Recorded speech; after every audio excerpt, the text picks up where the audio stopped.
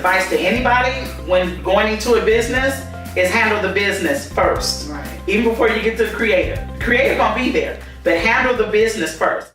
Welcome to the Conversations with Kai Mann show. I'm your host, Kai Mann, and this is the show where we bridge the gaps one story at a time. And today I have the amazing Vanessa Lynn sitting on the couch right here with me today, guys. She is a writer. She's a producer, she's a visionary, and a motivator. She is dope, y'all. She's sitting here with me today. How you doing, Vanessa? I'm trying to figure out who you just introduced. How y'all doing?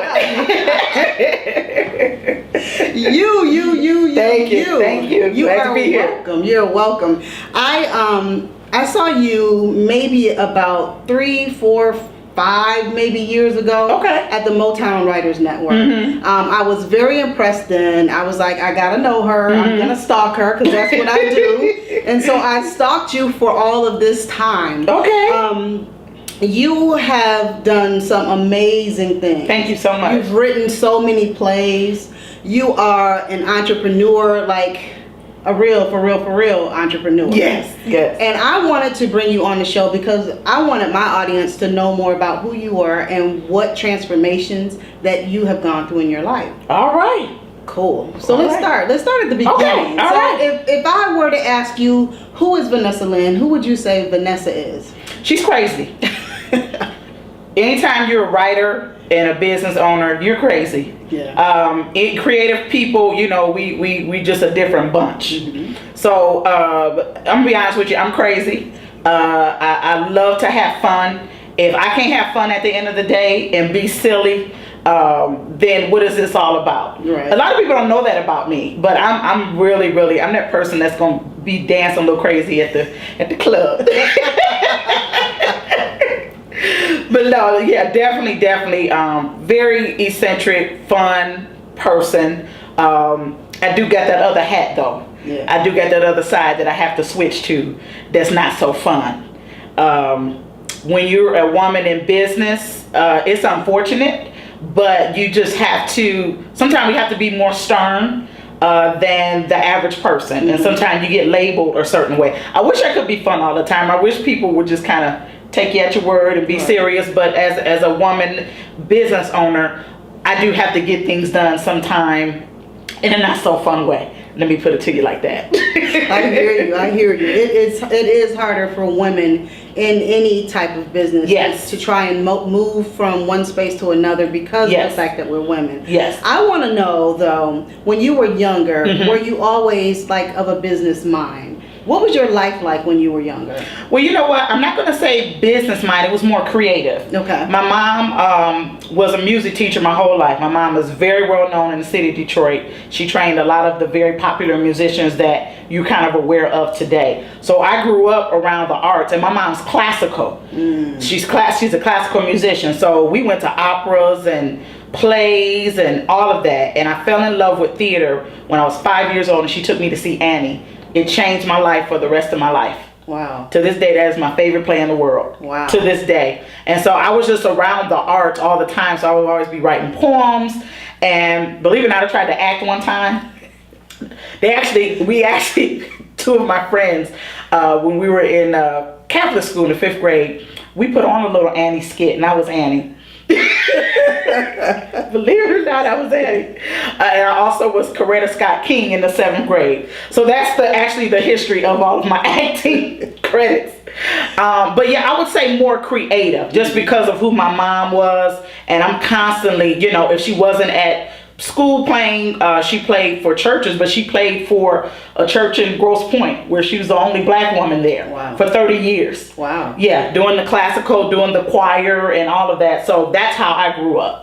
So believe it or not, I have a good musical ear, but my creativity came more through the writing. Gotcha. Mm-hmm. Gotcha. So you have how many plays now? Like 500 or so? I'm going to be honest with you, it's hard to, I don't have a number. I would have to go down and count them. You know, I have 4 that's on DVD nationwide. Mm-hmm. One I collaborated with Church Girl with Angela Barrow Dunlop that has went on to BET, BET and Centric.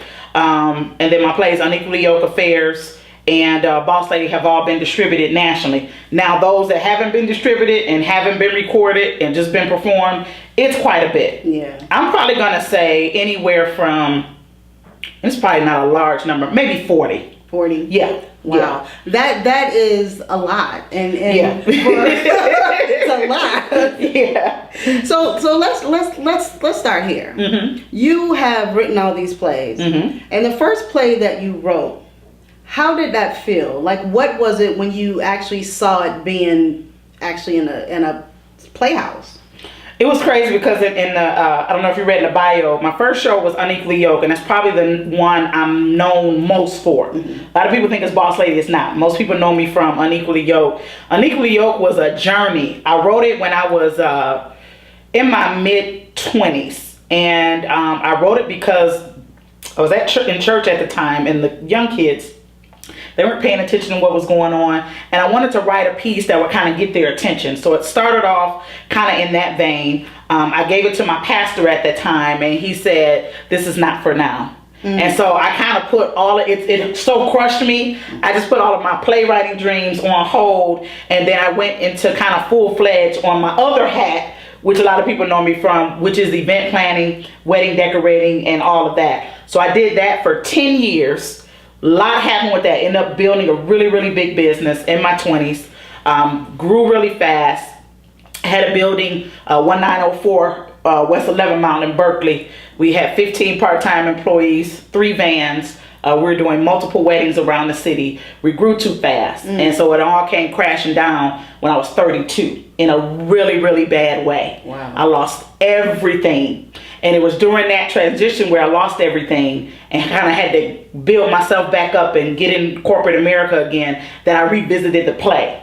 And at the time I didn't have, no disk drives. We didn't have all the, cloud storage. We didn't have that. So kind of from memory, I went on my typewriter and retyped Unequally Yoked and said, I'm going to put this up finally this time. So it's really a journey. It's like a 10-year journey actually getting it to get up on stage. And when I first got it up on stage, I made a lot of mistakes. I put it in a really big theater. Put it in a really big theater, and we did well attendance wise, but it was just way over my head. And once again, I found myself just kind of drowned in debt and promises that I couldn't keep, and just a really, really naive mistakes. So while I was happy that the play was up, I was kind of battling these bad decisions that I made too. And that's what people don't understand. Being a creative and dealing with the business side of it, you can't be so creative that you neglect the business. If you can't do the business side of it, get somebody that could. So it was a mixed feeling then. I wish I would have did things differently, but everything happens for a reason. Right. So it was a mixed feeling my first play because after the play I had to figure out how I'm gonna pay everybody. Right. So from that, tell us some lessons that you got out of that. Business first. Business first. If I'm talking specifically show business right now. Again, we get so creative that we neglect the bottom line, the numbers, and that is the demise of so many of my playwright colleagues, so many of my entertainment, even so many of my just entrepreneurs. We don't really understand business, and we go into these business ventures with this creative mindset, not understanding that once you put a price on a ticket, that makes you a business. You're no longer a hobby. Right. So you got to make sure that checks and balances are done. And so my first advice to anybody when going into a business is handle the business first. Right. Even before you get to the creative. The creative gonna be there, but handle the business first. I know a lot of writers and talented people sitting at home right now because they made a lot of bad business mistakes. They're burying their head in the sand. They couldn't pay their cast, their crew, and they're just embarrassed, been sued, and they're sitting at home in their gift because they made a bad business decision. So that's one of my main lessons. The other lesson is don't let folks talk you into stuff you're not ready for. Because the next thing they do, you the next Tyler Perry, you need to tour, you need to do this, and then what you do, you get on the phone trying to book venues and, and just having not a clue that it's just not time. Right. So I remember I booked a venue in Benton Harbor. I had a bass player that would come in from Benton Harbor, and he said, why don't you bring the play here? Everybody's like, yeah, go to Benton Harbor. Called the venue was affordable. The radio spots was affordable. I said, okay, great. So I think I spent $1,000 on radio and was being blasted the whole month. I think I put $500 on the theater. I'm like, great, we going to Benton Harbor. So I called the theater about a week before the show. I said, well, how's the tickets going? They said, not one sold.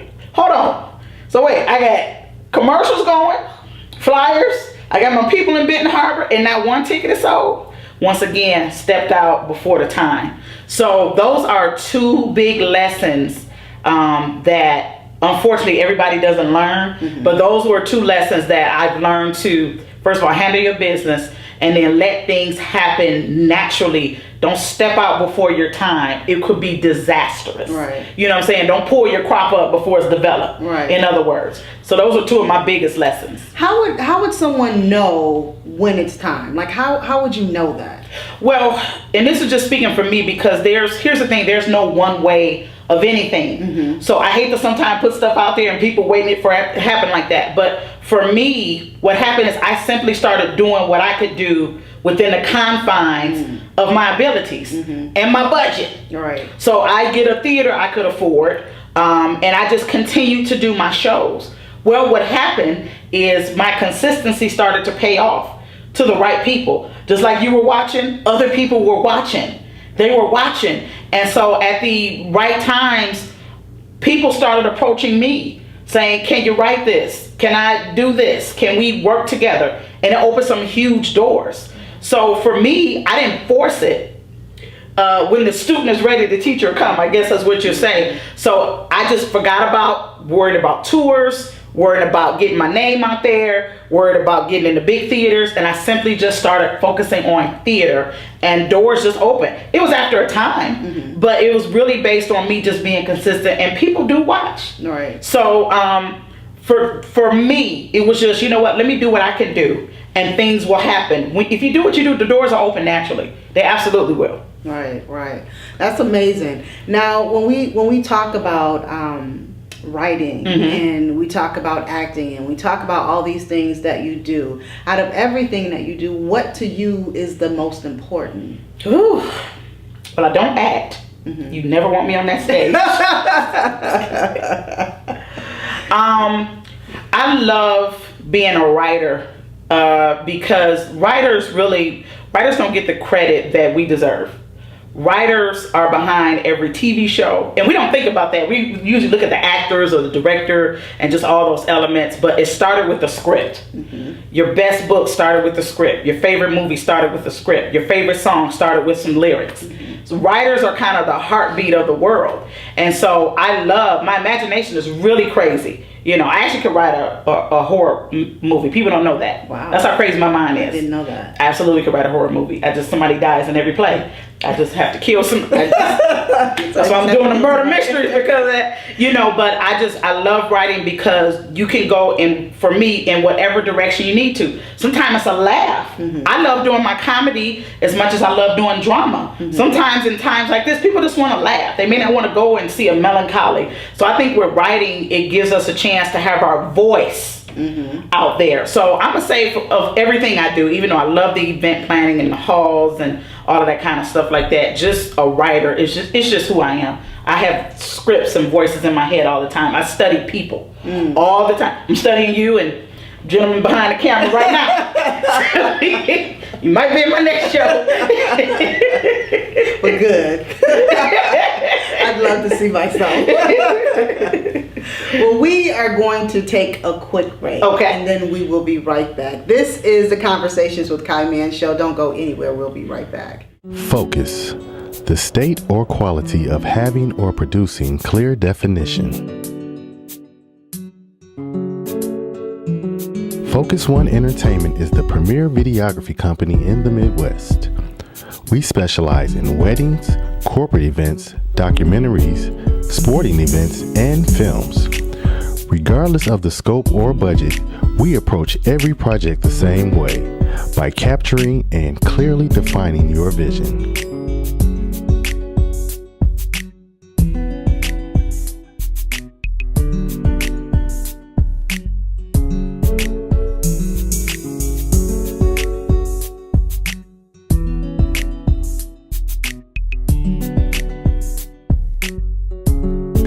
contact us at 313-444-3638 or www.focusoneEntertainment.com.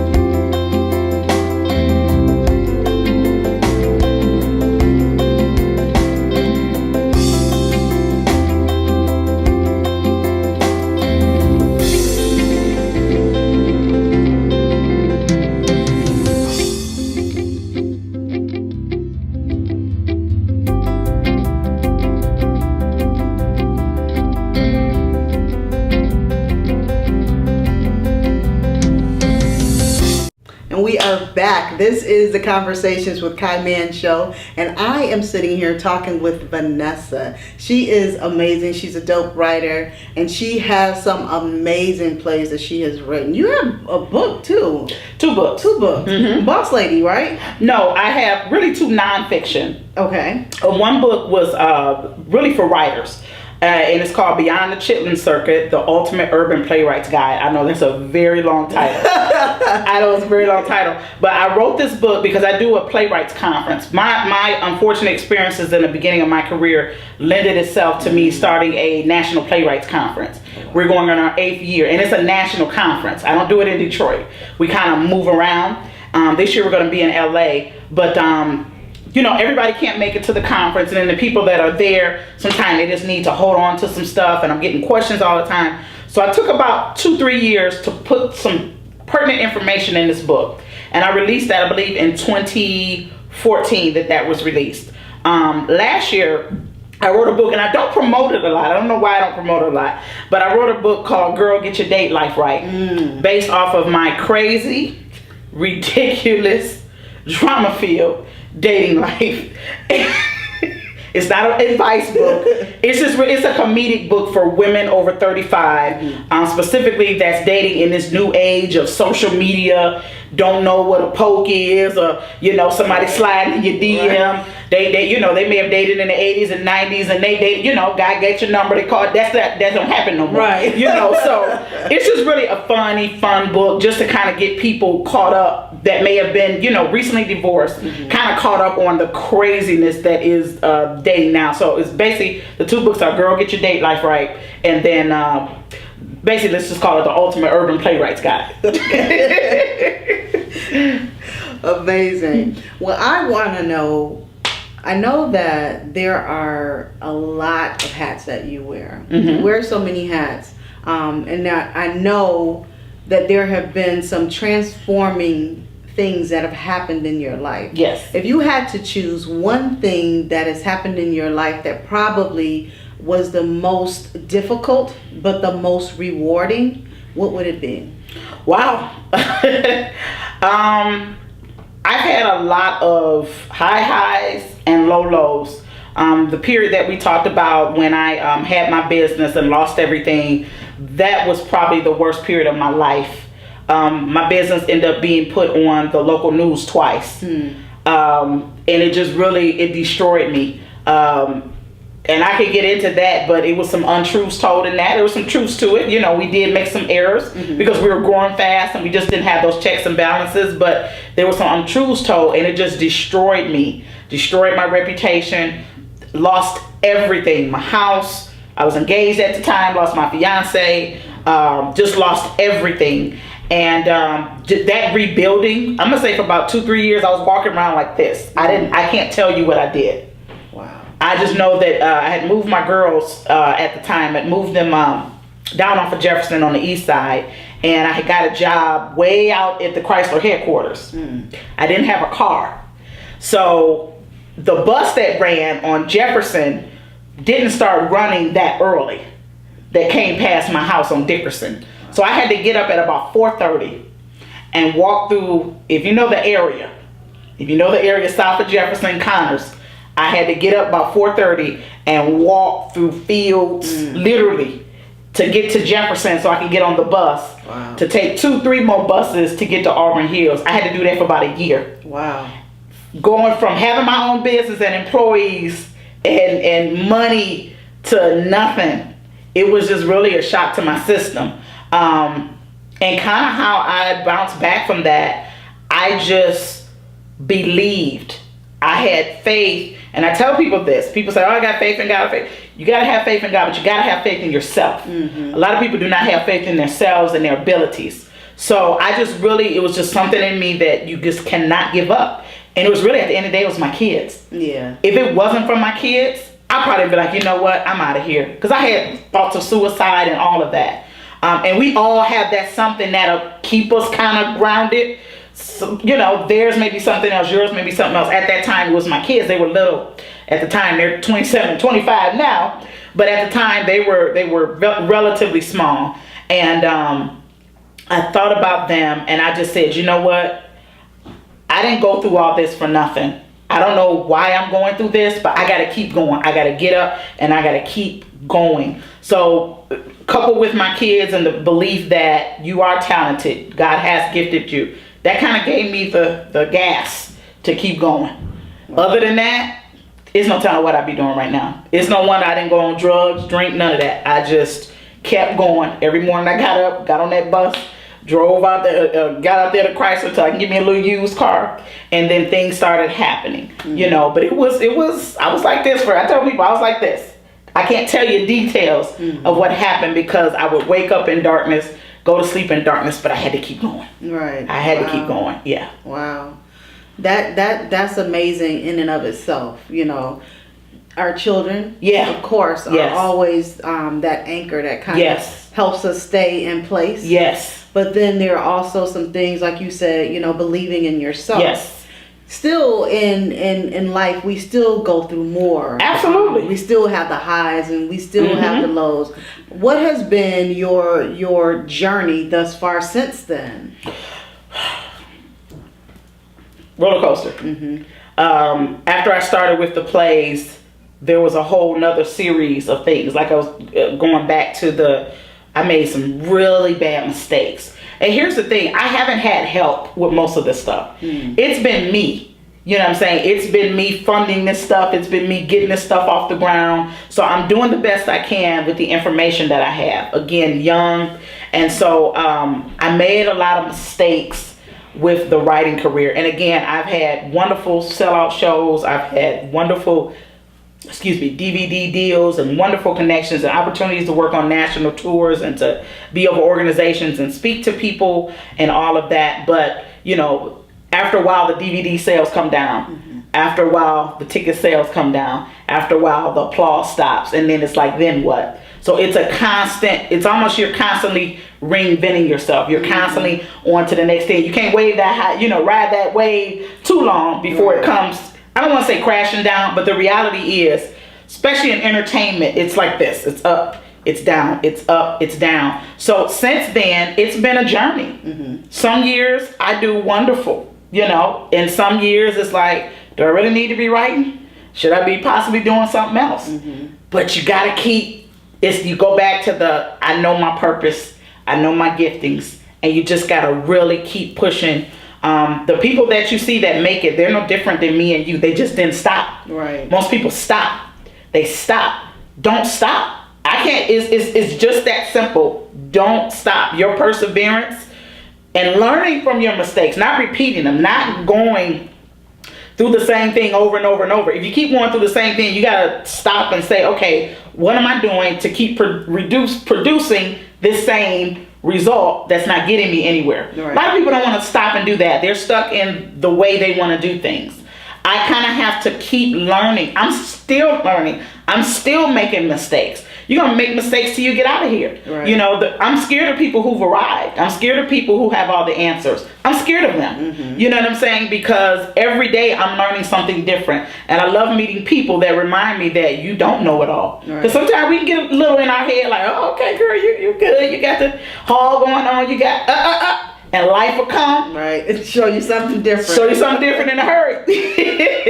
You're like, No.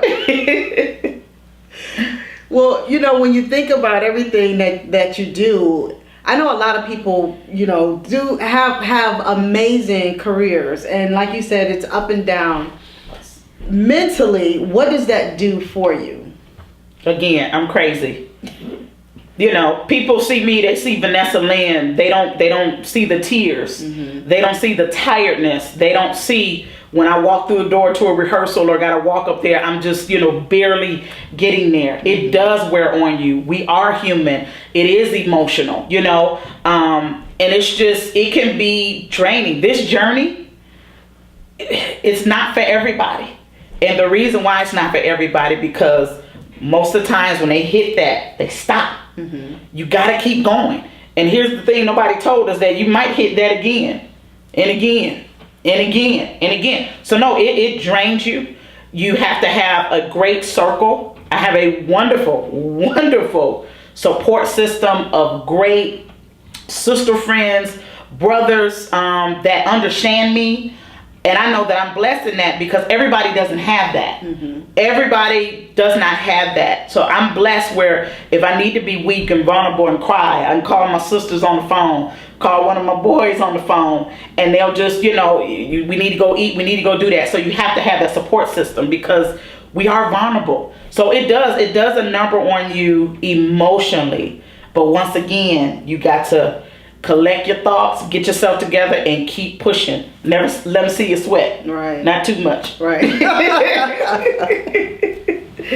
You mentioned something that I believe is key about vulnerability. Yes. And a lot of times people don't really want to be vulnerable. They don't. And every time that you are as a creative and Yeah. you're putting something out, you're being vulnerable. Oh yeah. When was the time that you were vulnerable and got so much pushback from it? Oh, I'm gonna be honest with you. I'm nervous every time I put on a show. I'm a nervous wreck. You asked me earlier, you know, how was that feeling? I don't enjoy the shows because it's the whole time I am nervous, making sure things work out. Because like you said, when you put that show on, you're being vulnerable. You're giving your baby to the world. And for most of us, we do it around our family and friends and people who gonna cheer us on anyway. But sometimes you have a different kind of crowd. Right. You know what I'm saying? So I haven't really got a lot of pushback for the vulnerability per se, because people know that that's my personality. You get what you see. This is it. This is me. Ain't no hidden person over there. This is me. But I promise you, I am nervous. Anytime you come to my show, trust me, I'm somewhere in a corner if I'm not working, just nervous, because every time a line is said wrong or the rhythm is off or I don't think the audience understood that, I just tremble and want to go back to the drawing board and kind of maybe start things over. So you have to continue to be vulnerable to the process. It's a process. And I don't think we ever get above that. I was listening to comedian Monique, and she was saying to this day, she gets nervous before she goes out on stage. Now, here's a woman who's been before millions. Right. I've heard Johnny Depp say, you know, I don't watch my work. He said, I don't watch the finished movies. He said, when you get comfortable with your work, just know that you're nowhere near where you're supposed to be. Right. So I'm looking at these great, you know, these celebrities saying this. I'm like, okay, I'm good. Right. Because I feel the same way.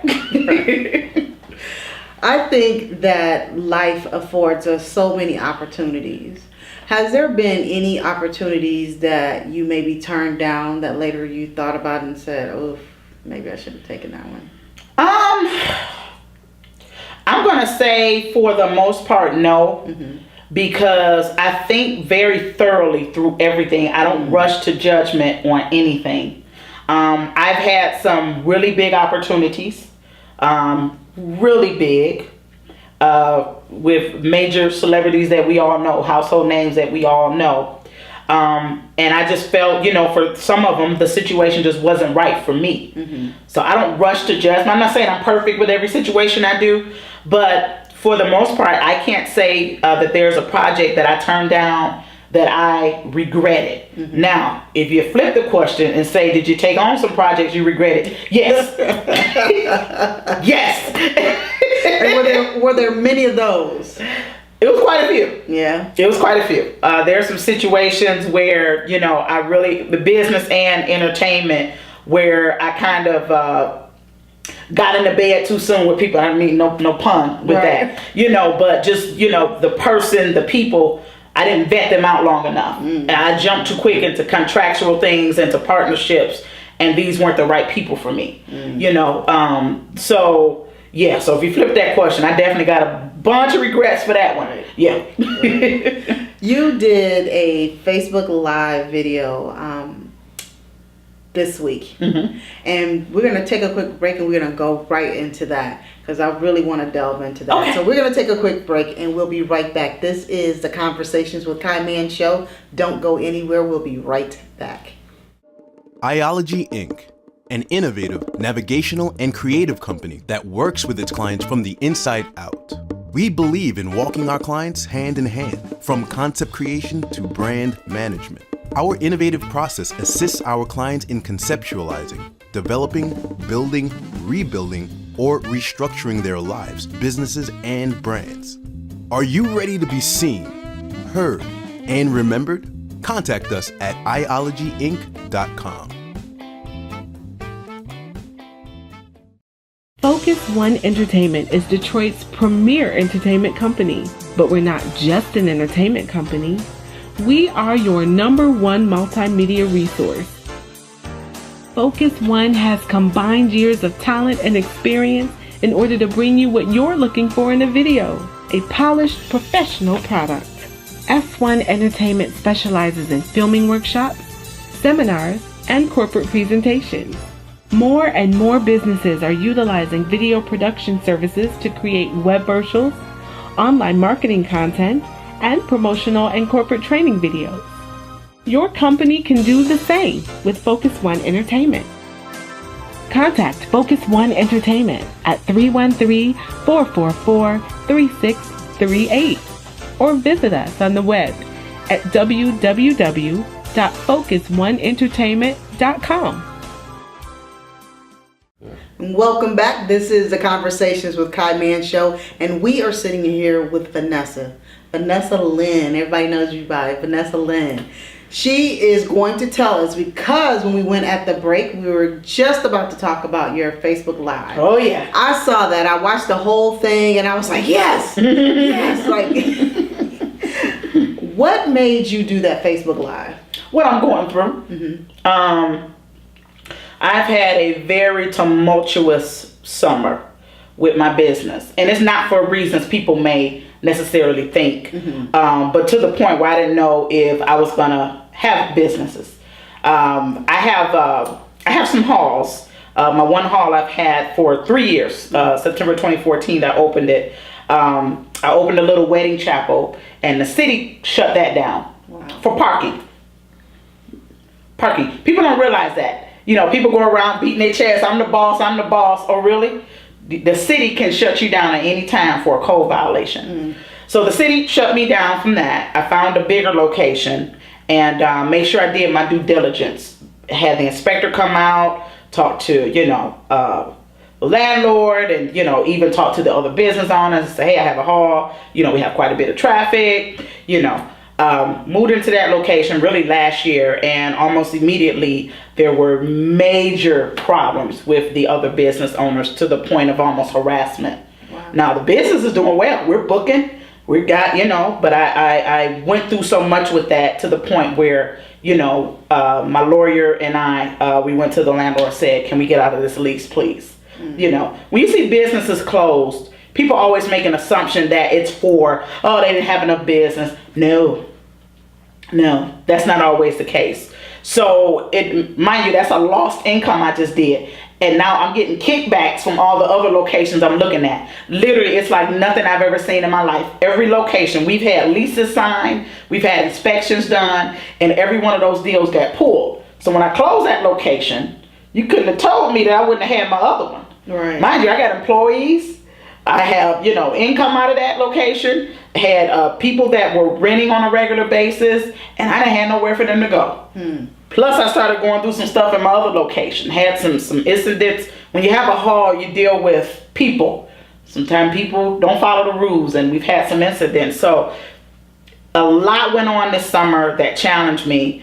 And, I just thought about people always on Facebook. I'm the boss, boss man, boss chick, all this stuff. And they got their little LLC papers, they tax ID, and they think that makes them a boss and makes you a business. That don't make you a business. And so I kind of went through, and it was a lot more that happened. I'll be able to share that story at another time. But it was devastating, and I would wake up every day. I'm like, oh my God, I can't believe I'm doing this again. I felt like I was losing my business again. This time for no fault of my own. Right. You know what I'm saying? Because I had other stuff going on at my other hall. So I'm like, what in the world is going on here? And so I had to pick up, and the video was called 6 Reasons Why Hard Work Doesn't Pay Off. We're always told that hard work pays off. You just keep working harder to pay off. That's not true.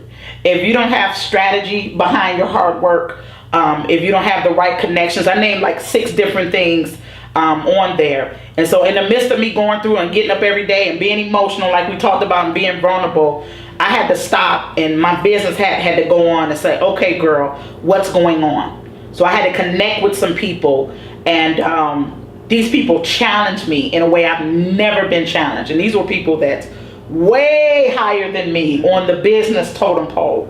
And a lot of times we don't surround ourselves with that. We got our circles and our crew, and I love them. Right. And they encourage you, and they may challenge you. But these people took me to another level. And when they challenged me to kind of take a look at my books and take a look at what's been going on, I'm like, they right. This ain't started yesterday.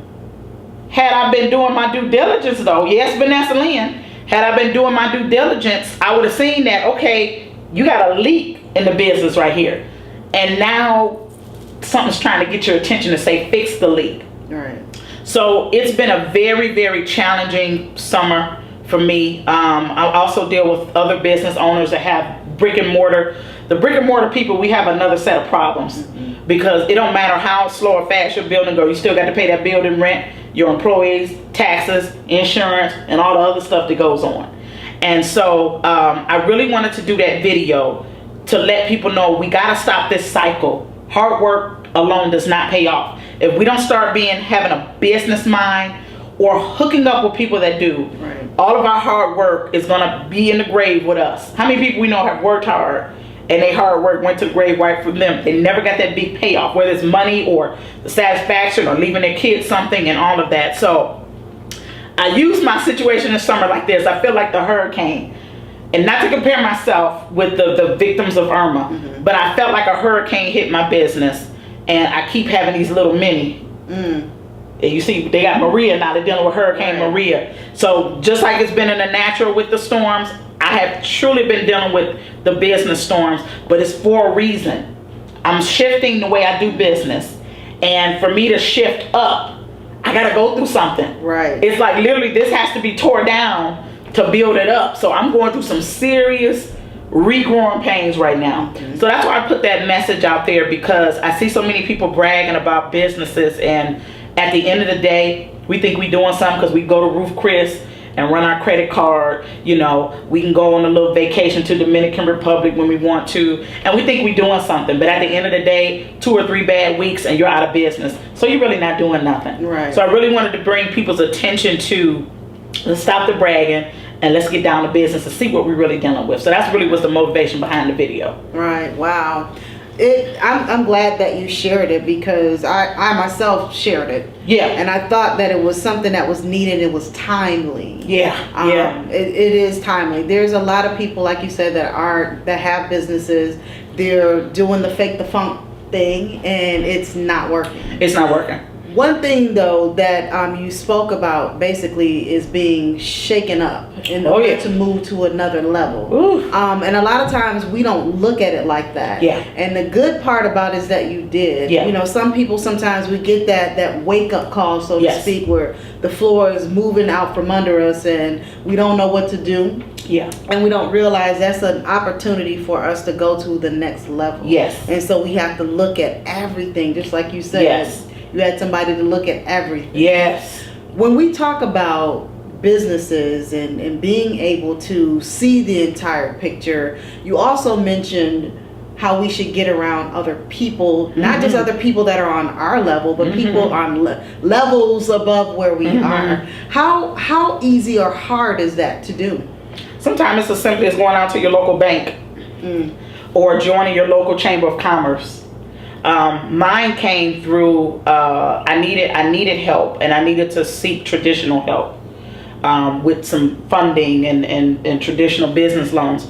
And so I was introduced to this foundation that gives loans to women business owners, and it's a process like I've never seen in my life. And they forced me to crack open my books. I brought my business plan to them, and I thought it was pretty good. Thought it was pretty thorough. That man basically looked at me and said, "Let me give you this number so this man can help you with your business plan." Wow. And between those two people, just really, they don't even know that they challenged me. They were just asking questions, demanding, certain documents, demanding certain things. It forced me to look at myself. It forced me to look at my business. It challenged me beyond the shadow of a doubt. Everything we need is right around us. We just don't seek it out. I belong to the local, my chamber is the East Point Roseville Chamber of Commerce. Every business owner should belong to their local chamber of commerce. Because these are business owners, CEOs, managers of big corporations. And I made mention on the video, get around some people that intimidate you. But you know how we are. Nobody intimidates us. We big boss. We get around some people where you don't know what to say around them. Get around some people where their conversation is above you. It'll humble you, and it'll make you realize kind of where you are. So in the midst of my Irma and my Jose and my Maria situation, and again, it is no pun to the victims, loss of life and all of that, but this is how my life has felt. It's all been for a reason, and a lot of it has been some of my stuff. Yes, me. You know what I'm saying? Some of the things that I didn't do.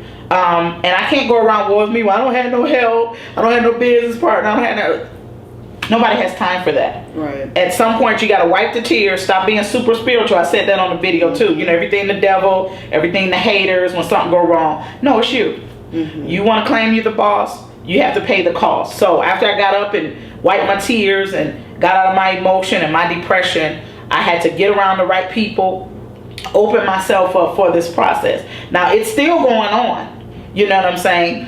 But it has really, really let me refocus on what's real. You're talking about being vulnerable. When you open up your books to a professional, open up your life to a professional, it'll give you a realization of where you're really at. Right. Yeah. Right. How, just like you said, that's humbling.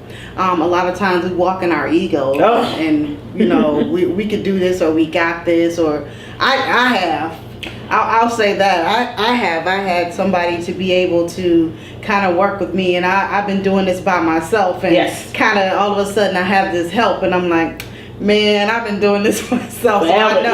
Yeah. So then after a while, I had to realize you're not going to learn anything if you don't sit down and shut up and pay attention. That's right. Just pay attention. Absolutely. Wow. So there is all of the ups and downs, all of everything that you've gone through. What's the reward for it? What's the reward? The reward is that it is quite a blessing to be able to make a living doing what you love. Not only that, it is a reward for me to be able to be open with others, share my story with others so they don't make the same mistake. I have helped a ton of entrepreneurs get into business. People don't know this. Help them get into business, show them how to stay structured, and the little advice that I could give from where I'm at. And I consider myself very low on the totem pole as when it comes to business people. But it is such a reward for that. I am prayerfully hoping that my businesses will leave a legacy for the next generation. But it's so rewarding to me to see other people that I've mentored go on to be successful in business. That I can't get no better reward than that. If somebody come back and say, I took your advice and this is happening, I listened to your story and now I'm opening my business, or I listened to your story and I reopen, or I'm going to stay open, or I'm going to start this, or I'm going to start writing. That, for me, there's no greater reward than for me to be able to pay it forward. Right. Wow. Tell us something in regards to having that belief in yourself and how important that is. Whew. It's everything. Again, people always say, I believe in God, I believe in God, I believe in God. Well, how are you going to believe in God and don't believe in who God created, which is you? And the belief in yourself, the confidence, is going to sell your product. And people say, well, I'm not a salesman. Anybody in business, you're salesmen. You sell your productions, you sell your hair, whatever it is. If you're a doctor, if you don't have confidence in what you're doing, how are your patrons going to? If I sat before somebody and I need a business loan, might not have the greatest credit, but that confidence that I have in my business and myself, they'll buy into that. If people ever watch Shark Tank, you ever watch Shark Tank? Oh yeah, yes. Any business owner watch Shark Tank and The Profit. A lot of times they'll be like, you know what, I like you. You know why they say that? Because that person is confident and they're excited about what they're doing. It means everything. We could have spent the whole show honestly talking about confidence, because it's absolutely everything. If you don't believe in yourself, you won't get up out of that rut, because you won't have the strength to. If you don't believe in your talents and gifts, you won't go to the next level. You also you won't make investments. You won't make investments because you don't believe in yourself enough. You don't believe that your talent and gift is worth that investment going into your dream. So it's everything. It's absolutely everything. Wow. And you just tapped into something else about investment and investing in yourself. Yes. There are so many people who say they want to move into another level with their business or just get into business, but they do not invest in themselves. Yeah. Tell us something that is important and why we should invest in ourselves. Well, if you don't invest in yourselves, how's somebody else? And if you not going to be your first seed, how is the seed going to be planted or watered? You're your first seed, period. And so the people that don't invest in themselves in 5-10 years, they're going to be right where they are right now because they don't have anything in the ground. And when I say invest, money, time, resources, all of that. Wow. Yeah. Wow. Well, thank you so much for coming You're on the welcome. show. This went so fast. I know.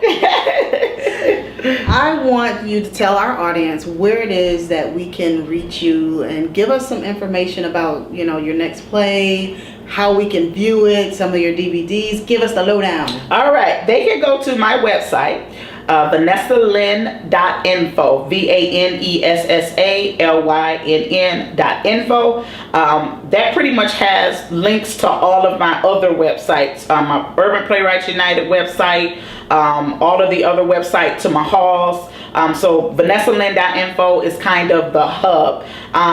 Working on some really, really big things with the murder mystery dinner shows. Huge things. And this is what I'm saying about being faithful. Can't make that announcement right at this second, but if you stay posted to the website, you'll see some really, really, really big things coming soon. We actually do have a show though coming up October 8th at John Wesley AME Zion. They're actually bringing the murder mystery Murder at the Carver High 20-year class reunion. It is not what you think. It is blowing audiences away everywhere. So that's October 8th, but we're going to have all that information on our website. Awesome. Thank you again for You're welcome. bringing your lovely spirit. We appreciate you. Thank you. This has been the Conversations with Kai Mann show. Thank you and good night.